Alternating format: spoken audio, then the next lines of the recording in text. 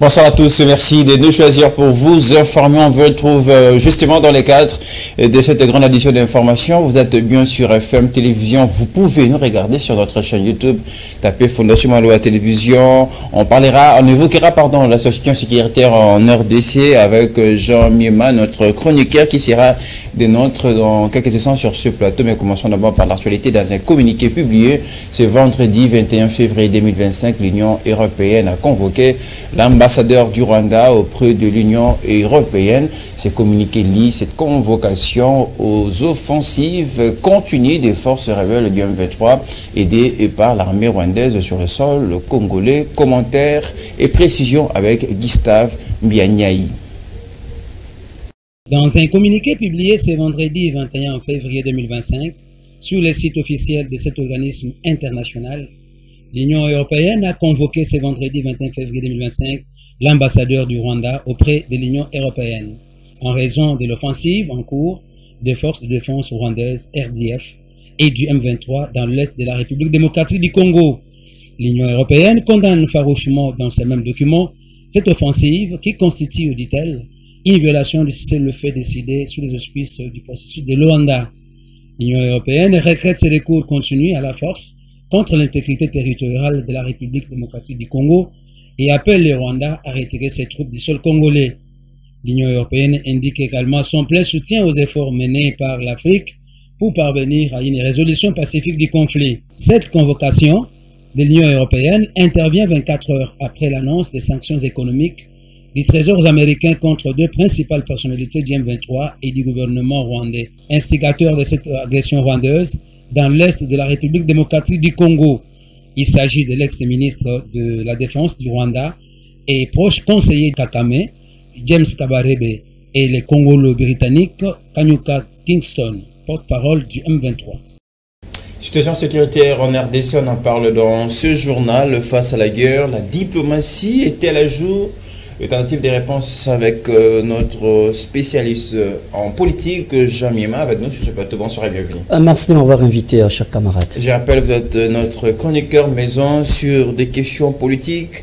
Et tout à l'heure, je l'ai dit, est-ce qu'il y a toujours la nécessité de continuer à dialoguer, à privilégier la diplomatie, alors que notre pays est occupé en ces moments? Vous savez, je dois être droit à l'objectif. Beaucoup de gens poussent le président Félix à agir.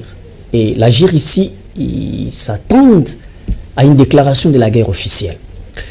Alors qu'on déclare la guerre quand on maîtrise l'ennemi. La cible n'est pas connue. On ne connaît pas qui agresse la République démocratique du Congo. À part les supplétifs qui sont là. Vous savez, ça fait longtemps que le gouvernement congolais parlait du Rwanda, évidemment, comme la cible. Non, mais ça n'a pas commencé avec le gouvernement actuel. Cette agression rwandaise, cette agression où le Rwanda joue le rôle de suppléance n'a pas commencé depuis longtemps. Mais maintenant, ceux qui poussent le président Félix à déclarer la guerre, alors ils s'embrouillent. Pourquoi? Moi, je trouve que la diplomatie reste la voie la plus importante, la plus efficace. Pourquoi? Parce que derrière cette agression, nous ne maîtrisons pas qui est l'ennemi réel de cette agression. À part les supplétifs, comme je l'ai dit, on nous sort AFC des Corneilles Nangaa, on nous sort les M23, les groupes rebelles, tant d'autres. Ce ne sont que des petits joueurs dans les terrains. Mais les grands managers, est-ce que nous les maîtrisons? On ne maîtrise pas les grands managers de cette guerre. Pendant ces temps, nous perdons nos territoires, M. Jean Miema, je vous rappelle, nous sommes sous-occupés. Oui. Vous savez bien, c'est bien beau. Pendant la guerre, il y a toujours des sacrifices. C'est normal qu'on puisse nous agresser à tout moment et on nous qualifie d'être des plaintifs. Oui, nous acceptons cet état des choses, mais sachez que la diplomatie reste la voie la plus efficace. Pourquoi? Regardez, derrière cette guerre, on accuse aussi la main noire de la communauté internationale. Alors quand on dit la communauté internationale, qu'est-ce qui est caché derrière? Personne ne maîtrise. Vous allez dire quoi? Nous sommes membres du Conseil de sécurité des Nations Unies. Vous demandez à la RDC de quitter ces conseils. En même temps, qui dirige les conseils de sécurité des Nations Unies? C'est la Russie. On pousse la République démocratique du Congo à signer des accords avec la Russie. On oublie les rôles les plus importants quand on est dans une ceinture. Moi, je trouve que tant qu'on n'a pas maîtrisé l'ennemi qui est derrière cette guerre, il n'est pas opportun. pas important. Parce que la chef de l'État, lors de son adresse, d'ailleurs la dernière adresse à la nation, il nous a promis de riposter sérieusement. Riposter, la riposte. Riposter pour vous, ne vous attendez pas à une guerre comme telle. Nous avons nos vaillants combattants qui sont à l'Est, ils continuent à tenir rigueur à tous ces groupes rebelles. Mais en même temps, l'arme la plus efficace qui reste à mettre en place et qui continue à être là, c'est la diplomatie. Pourquoi la diplomatie? Vous savez que nous sommes le seul pays au centre aujourd'hui. Nous avons 9 pays voisins, limitrophes, qui sont à nos côtés. Et chaque pays là a ses accords avec d'autres nations. Alors qu'est-ce que vous dites? Tant qu'on n'a pas mis d'accord tous ces pays limitrophes à être dans le même bateau de la République démocratique du Congo, vous allez demander que non, qu'on puisse déclarer la guerre. Et si l'ennemi entre par telle porte et que vous n'avez pas maîtrisé, comment sera contrôlée la situation? On va faire la guerre évidemment à nos voisins, le reste des voisins, si on vous comprend bien. Alors, le dialogue, ce n'est pas seulement avec l'ennemi, mais c'est aussi au niveau national. Je vous invite évidemment à mettre un peu de vue sur les consultations lancées par les évêques. Et pensez-vous que c'est à l'issue de cela, on peut aboutir à quelque chose? Vous avez suivi la déclaration récente du cardinal Ambongo qui a dénoncé, après avoir parcouru toutes ces figures emblématiques politiques de la RDC, il a dénoncé un plan de balkanisation de ces pays. Ces plans datent de longtemps. Et si vous suivez, le problème c'est que nous ne voulons pas lire. La RDC, c'est un pays à gérer sans émotion, calmement, comme le fait le président Félix, sans que je sois de sa couleur politique, mais j'analyse la situation telle qu'elle se présente. Alors, moi je pense que si derrière la démarche de la CENCO, il y a des dialogues avec les groupes rebelles, c'est comme dire à la génération future, si vous voulez être considéré, il faut faire la guerre. Si vous voulez qu'on vous prenne en considération, excusez-moi pour la tautologie, il faut faire la guerre. C'est pas que quelqu'un n'est pas content, n'est pas satisfait, peut-être d'une signature d'un accord politique, qu'il faut prendre des armes. Et là, même quand la CENCO et les CC disent qu'il n'y a pas de paix sans la consultation du AM23 ou les AFC de Corneille Nanga, c'est bien beau, mais quelle est l'image que vous voulez donner à ces accords? C'est qu'on peut dire facilitons la guerre pour retrouver la paix. Non. Et quand on dit qui veut la paix prépare la guerre, attention, les contextes de cette phrase n'est pas tout significatif. Moi je pense pour la CENCO, après avoir consulté, c'est ça, c'est là où j'aime la beauté du président Félix. Après avoir consulté toutes les couches, ils vont faire rapport au président Félix. C'est à lui l'arbitre, c'est lui d'apprécier qu'est-ce qu'il faudrait mettre en place comme solution. Jean Miema, merci d'être venu répondre à nos questions. Je rappelle que vous êtes notre chroniqueur maison pour des questions politiques. Merci encore pour votre décryptage. Merci. Et puis sachez que les 3 détenus sont violés par le magistrat, affirmation faite par Baudouin Kipaka, conseiller à la Cour de cassation lors du panel sur la problématique de la détention préventive en RDC, tenue à l'issue de la projection de la vidéo documentaire des 2 heures détenus de la prison centrale Mankala. J'en parlais il y a de cela quelques minutes dans ce journal. On va écouter à présent l'affirmation faite par Baudouin Kipaka, je rappelle, conseiller à la Cour de cassation. Après, les inquiétés n'ont pas comparu. Est-ce que les magistrats étaient formés? Ce ne sont pas tous les magistrats qui les font, mais il y a des magistrats qui les font. Les droits des personnes privées de liberté sont violés par nous, les magistrats. Et on prend les 5 dossiers, il prend un autre lot. Ça, ce n'est pas l'instruction, ce n'est plus l'audience, ça. Ce n'est plus une audience. Et les avocats ne sont pas formés sur... Bon, nous sommes tous des juristes, mais la routine, c'est une mauvaise chose. Dans notre corps, la routine, ça porte atteinte aux droits des détenus. Et l'avocat dit, ok, Balobi, Bozonga, après 30 jours, Bokoya les sous. Alors que c'est lui qui va demander au juge d'abord d'entendre le prévenu. Et après l'instruction, on prend les dossiers en délibéré. Le juge va lire dans 24 heures les pièces qui se trouvent dans les dossiers. Pas la farde avec le marque seulement. Non. L'article 27, comment est-ce que le juge va apprécier les conditions? C'est difficile. Il a 24 heures pour rendre ses ordonnances. Partout où nous sommes passés, nous avons dit au PSG et au premier président d'évoluer. Les formulaires modèles d'ordonnance, ça doit disparaître. Ça, ce ne sont pas des ordonnances. On vous donne un formulaire, vous juge, pour remplir. Est-ce que vous l'avez motivé? C'est plus que les avocats ont peur de magistrats, on doit attaquer en annulation ce PV-là. Le juge, en application de l'article 21 de la Constitution, on doit motiver l'ordonnance. Comme on le fait avec l'ordonnance de mise à liberté provisoire. Trois places vides à remplir par le juge. 3 places. Et on a préparé un formulaire. Ça, ce n'est pas une décision judiciaire. L'ordonnance, c'est une décision. Puisqu'elle est appelée. On peut attaquer ça en appel. Voilà les irrégularités qui portent atteinte aux droits des personnes privées de liberté. Et après l'audience, l'OEP peut attaquer l'ordonnance en appel. Mais quel est le rôle du juge en charge du conseil? Il ne faut pas appeler le juge du tripé le juge de la détention. Non, il n'est pas là pour cautionner la détention. C'est comme en droit français, on ne l'appelle pas le juge de détention. Là, on l'appelle juge de détention de liberté. C'est le juge du contrôle de la détention. C'est ça le rôle du juge. Contrôler les actes du ministère public. Est-ce qu'il a respecté les prescrits de l'article 27 et de l'article 28? Alors, si on refuse au juge ce rôle, il ne fallait pas qu'on élabore le code de procédure pénale. C'est ça, puisqu'il doit contrôler. Et la sanction, c'est laquelle? Lever la détention si vraiment les conditions n'étaient pas respectées. Ou bien accorder la liberté provisoire au prévenu. Là aussi, on va épingler une cause. Les confiants entre le juge et le magistrat du parquet. Une personne humaine ne peut pas être une marchandise ou bien un bien appartenant à un magistrat. Non. Pourquoi vous voulez accorder la liberté provisoire? Est-ce que moi, je ne pouvais pas lui accorder la liberté provisoire au parquet? Pourquoi vous voulez lui accorder la liberté provisoire? Alors que le juge est compétent pour lui accorder la liberté provisoire. Voilà comment nous portons atteinte aux droits des personnes privées de liberté en détention préventive. Voilà tout ce qu'on peut vous dire de la situation sécuritaire en République démocratique du Congo. On gardera un œil et on en reviendra avec plus de précisions dans nos prochaines éditions.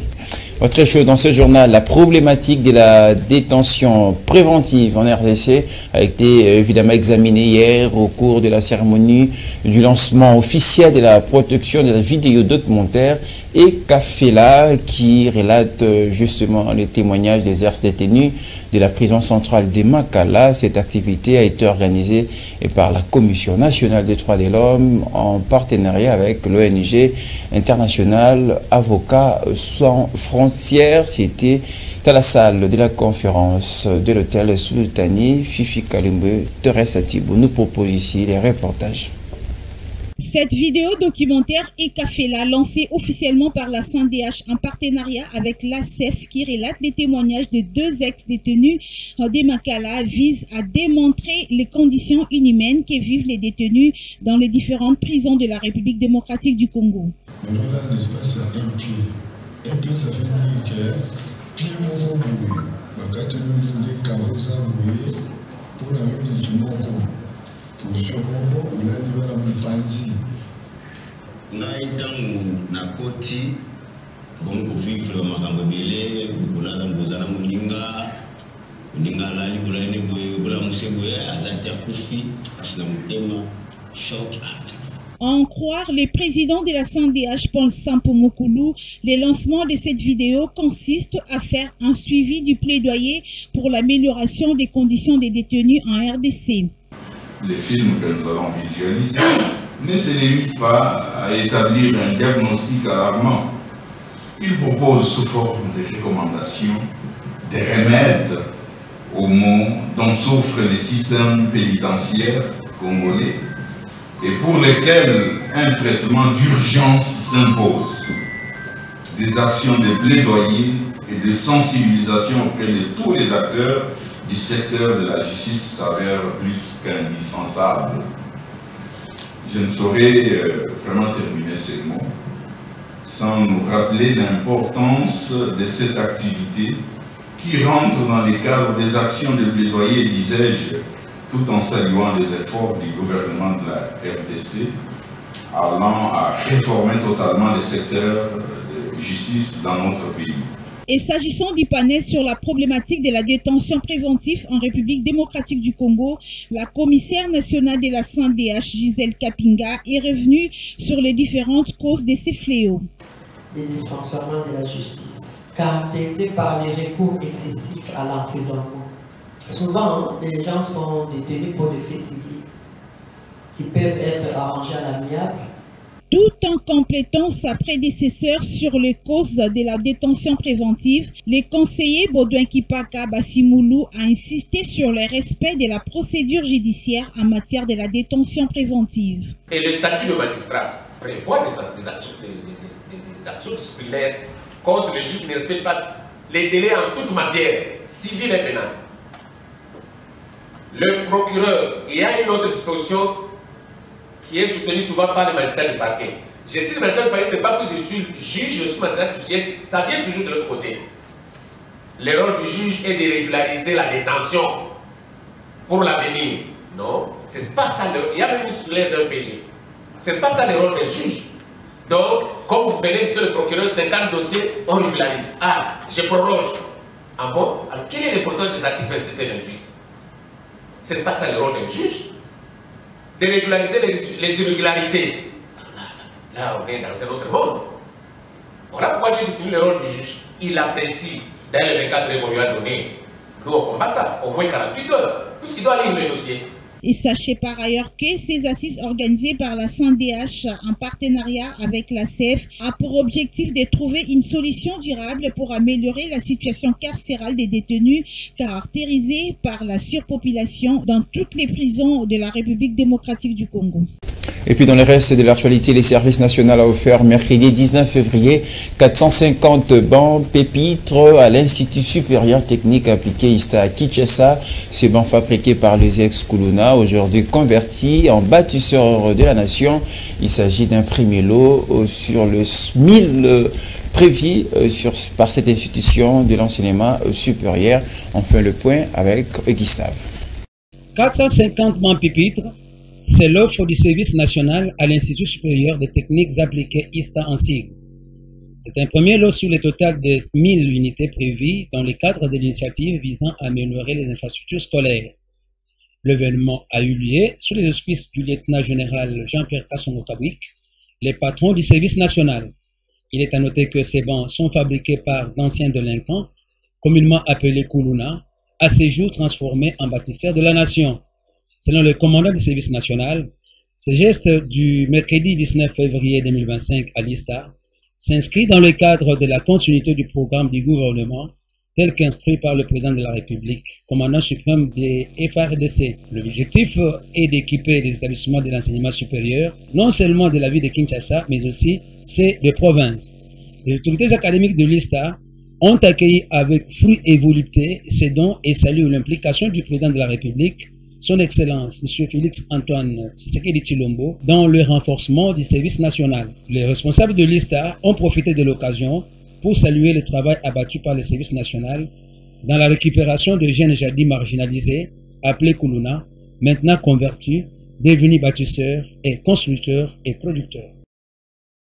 Allez, on va terminer ce journal avec cette visite, une délégation de chefs coutumiers conduite par le président provincial de la confession religieuse des églises autochtones traditionnelles Bangunza Pevia Longo, Fumu Kinzamba, a échangé avec le président de la Fondation Maloua, Maître Malo Abili Cléophas. Au menu des échanges, la solution à la crise sécuritaire dans l'Est de la RDC, les Ngunza, en collaboration avec la Fondation Maloua, ont promis justement de s'impliquer pour un dialogue visant la paix.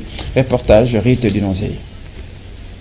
Cette énième rencontre qui met autour d'une table le président de la Fondation Maloua et la délégation des chefs coutumiers traduit la détermination de ces chefs des terres et chefs religieux de la Créatébem en collaboration avec la Fondation Maloua à trouver des voies et moyens susceptibles de rétablir la paix dans l'est de la RDC. Les Ngunza ne vont pas accepter que les rebelles puissent continuer leur sale besogne en RDC car le sang des Congolais est précieux. Alors descente Nabiso Libosu à Fondation ezali juste la fois passée toleka qui le passage Nabiso ezali pour na ba préparatif ba préparation ya koluka lolenge kani ya kopesa kimia na kati na mabele na biso. Alors dorénavant bankumu elongo na bangunza nous sommes arrangés na boete solo ya koluka ko senga kimia na kati na mabele na biso. totalaka makambo lolenge kani yango elekelaka me lelo yo tosarrange na koloba na bwete esengi tokota na kati ya diplomatie par rapport ya makambo tozali komona lolenge mabele na biso makile kotanga kufa makambo ya mutindu na mutindu nde yango lelo toye na ba préparatif ya koluka komeske il faut s'arranger ya koluka kokoma ba memo kosala ba déclaration et puis ba grande action oyo ekosunga mboka na biso na bwete koluka kopesa yango kimia parce que tout le monde avec la diplomatie oyo bande ko na biso ba politicien ba kosala pe lokola ba chef religieux mususu ezopesa biso penza kimia te na kati na mboka na biso pe ezopesa solution te oyo ba ndeko ba congolais bazali nango en tant que ba orthodoxe to ba traditionnel. Aujourd'hui, nous sommes arrangés et l'on a un chef de terre, un chef de groupement. Nous avons osé dire non face à l'injustice. Nous allons à l'africaine. Nos frères de l'autre côté, il y a Rwanda, bazaba frère Nabiso, bazana roposo moindo biso tozali nango. Uta bonko konabiso bokonziba wela kayangote. Biso na kikongo na monoko mboka na ngai barobi na boete kinganga sema kimfumu tumbwa moto poeta za la mokonzi baponaka ye na butu na sia mai na sia mabele na moto na mopepe nde baponaka moto et pas na biso bato moindo bawela ka bokonzi te que voilà toi toi que moi je me mette non biso ezalaka te pa na biso. C'est la raison pour laquelle ceux qui tosangani tosali front commun oyo elongo bangunza elongo na bankumu pona ko rappeler ya yambo Occidentaux maboko na bango balongola yango na bitumba oyo ezali na est du pays pe tozo ko interpeller bande ko na biso et l'autre côté bande ko na biso na boete ya Rwanda nos voisins que tozali bande ko na bango à l'africaine ici y a-t-il un problème bakoko bakokende na se ya nzete ya mfuma bakena nzete moko songolo mpaka bavandi bango nyonso ina suze bavandi lokona na conclave mwaka sutondo nsamba masanga mbila tokokabola tosololi mais oyo bandi ya boete koluka kotangisa non, nous ne sommes pas d'accord avec ça. Des actions de grande envergure seront planifiées afin de faire voir sur la face du monde que la religion traditionnelle autochtone a aussi une part de responsabilité pour l'avenir de la RDC. Voilà ce qui met terme à ce journal. Merci à vous de votre fidélité au programme de la FM Télévision. La prochaine édition vous refait dans une demi-heure. Elle reste à continuer sur notre chaîne YouTube. Très bonne soirée à tous et à chacun.